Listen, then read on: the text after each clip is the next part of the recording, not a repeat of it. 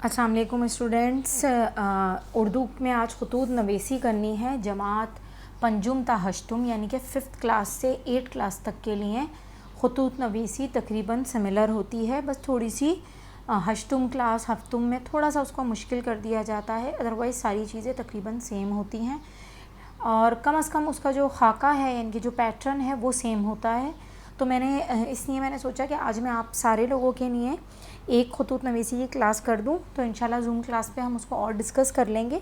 But अभी जो है हम सिर्फ़ और सिर्फ उसके बारे में कर लेते हैं। एक मैं आपको कंप्लीट ब्रीफ जो इसका इंट्रो है वो दे देती हूँ।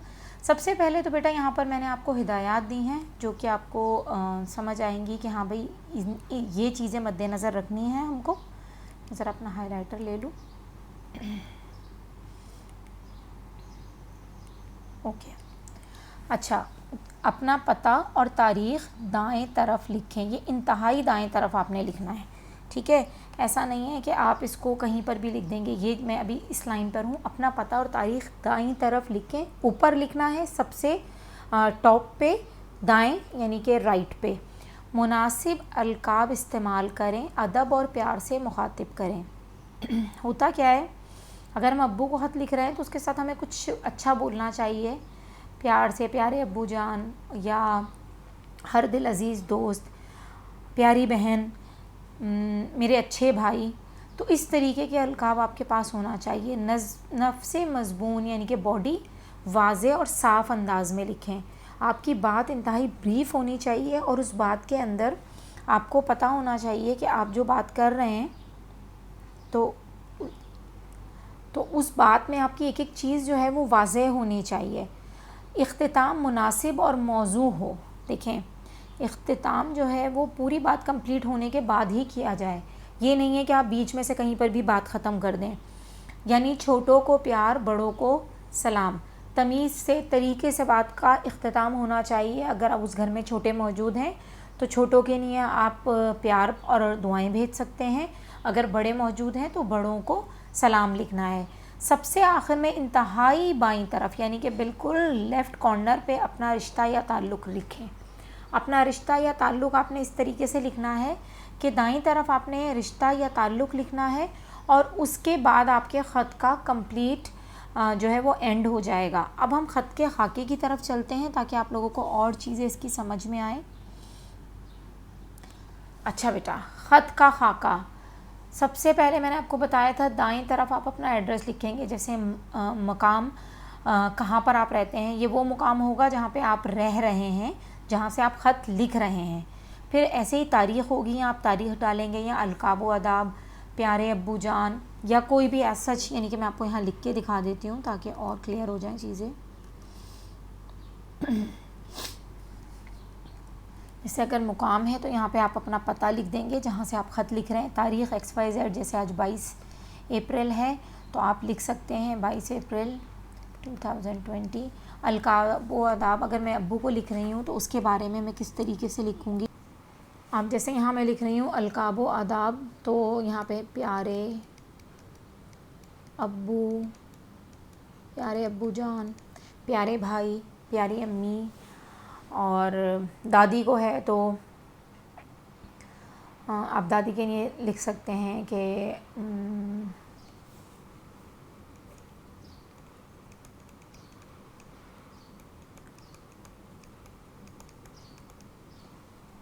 ठीक है। फिर इसके बाद आपका आ जाता है, अच्छा इसमें आप आदाब भी कर सकते हैं, अस्सलाम वालेकुम भी कर सकते हैं। पहला पैराग्राफ हमारे पास आ गया। यहाँ नफ्से मज़बून, जो भी आपका ख़त लिखने की वजह है वो इंतहाई वाज़ेह और साफ़ अल्फाज में लिखने हैं।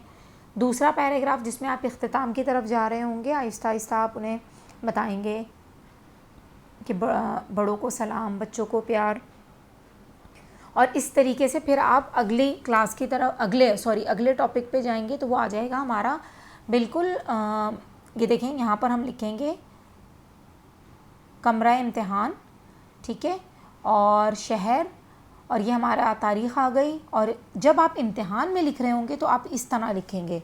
जब आप एक फ़ॉर्मल ख़त लिख रहे होंगे, यानी कि घर से आप किसी को ख़त लिख रहे हैं, तो वो फिर आप अपने हिसाब से करेंगे, अपना एड्रेस या उनका एड्रेस, या जो अभी हम कमरा इम्तिहान, शहर आ जाएगा अलिफ़ बे जीम 22 अप्रैल और 20, फिर हमज़ा छोटी या बड़ी है, या आप XYZ कुछ भी लिख सकते हैं।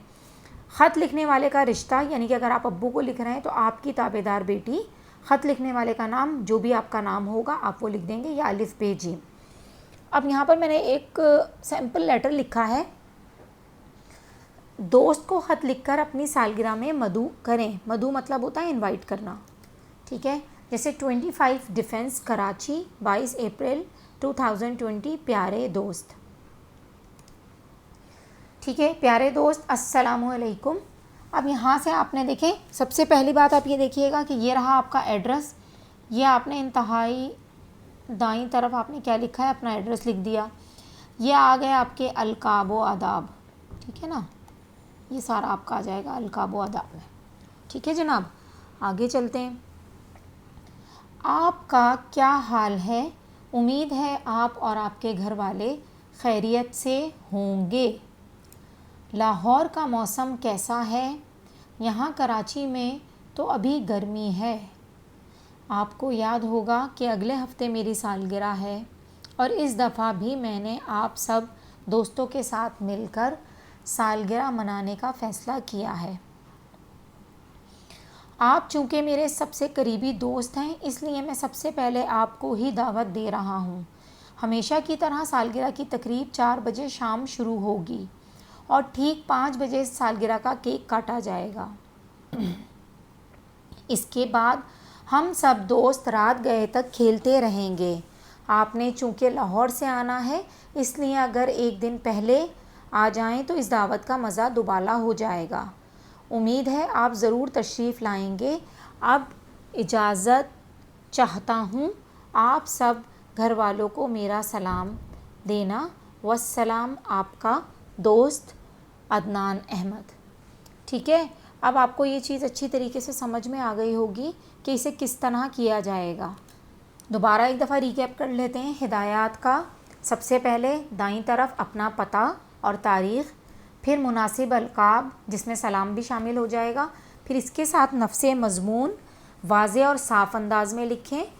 चौथे नंबर पे है इख्तिताम मुनासिब और मौजू हो, यानी छोटों को प्यार बड़ों को सलाम। 5वें नंबर पे आपने इंतहाई बाईं तरफ, यानी कि बिल्कुल लास्ट में कॉर्नर पे लेफ़्ट साइड पे आपने अपना रिश्ता या ताल्लुक़ लिखना है कि आपका ख़त लिखने वाले से क्या रिश्ता है। अब इसके बाद मैंने आपसे डिस्कस किया था ख़त का खाका, जो कि आपको अच्छी तरीके से याद होना चाहिए। सबसे पहले मुकाम है, फिर तारीख़, अलकाब व आदाब, फिर पहला पैराग्राफ जिसमें नफ्से मज़मून होगा, दूसरा या पैराग्राफ जिसमें इख्तिताम मज़मून होगा, फिर कमरा इम्तिहान, शहर अलिफ बे जीम, उसके बाद 22 अप्रैल यानी कि तारीख़, और उसके बाद आपने अपना जो भी नाम है वो लिखना है। अब लास्ट में आप क्या लिखेंगे, ख़त लिखने वाले का रिश्ता, ख़त लिखने वाले का रिश्ता भी आपने लिखना है और उसके साथ उसका आपने नाम भी लिखना है। तो आपको एक चीज़ का ये ख्याल रखना होगा कि देखें, इख्तितामिया जो आप अल्फाज लिख रहे हैं, जो डेट्स आपने लिखी हैं यहाँ पे, देखिए मैंने यहाँ पर जो आपको ऊपर लिख के दिया है उसमें नीचे भी आपको यहाँ पर, यानी कि ये देखिए मैं यहाँ बताती हूँ, इस जगह पे मैंने आपको एड्रेस दोबारा लिखा है, ठीक है। क्यों लिखा है, बिकॉज़ अब आप जहाँ से लिख रहे थे वो इम्तिहानी कमरा था, तो कमरा इम्तिहान से आपने लिखा अलिफ बे जीम और यहाँ आपने अपना जो भी तारुफ था वो लिख दिया। लेकिन अब आप यहाँ देखें, जब हमने रियल ख़त लिखा है तो हमने एड्रेस ऊपर लिखा है और नीचे हमने कोई ऐसी चीज़ नहीं लिखी। हमने क्या किया, वस्सलाम, आपका दोस्त अदनान अहमद। यानी कि आपको इससे ये चीज़ वाज़ेह हो गई कि कमरे इम्तिहान में ख़त लिखते हुए आपको क्या क्या चीज़ें मद्देनज़र रखनी हैं। इसके बाद आपने जब एक ही मैंने प्रॉम्प्ट आपको लिख के दिया है, इसके अंदर आप ये देख सकते हैं कि आपका क्या हाल है, उम्मीद है आप और आपके घर वाले खैरियत से होंगे। लाहौर का मौसम कैसा है, यहाँ कराची में तो अभी गर्मी है। ये एक तरीके से आपने इंट्रो तारुफ बनाया है अपने ख़त का। फिर आपने जब नफ्से मज़मून स्टार्ट किया तो आप देखें बिल्कुल डायरेक्ट बात है। आपको याद होगा कि अगले हफ्ते मेरी सालगिरह है और इसके अंदर उन्होंने बहुत टू दी पॉइंट सारी बात करके आखिर में एक बात ये कही है कि आपने चूँकि लाहौर से आना है, इसलिए अगर एक दिन पहले आ जाएं तो इस दावत का मज़ा दुबाला हो जाएगा। इसमें उसने अपने 3 मकासद बयान करें और बहुत साफ़ समझ आ रहे हैं। सबसे पहले उसने आपको इत्तला दी है अपनी सालगिरह की। दूसरी बात, उसने आपको दावत दी है कराची से लाहौर आने की, नहीं सॉरी, लाहौर से कराची आने की।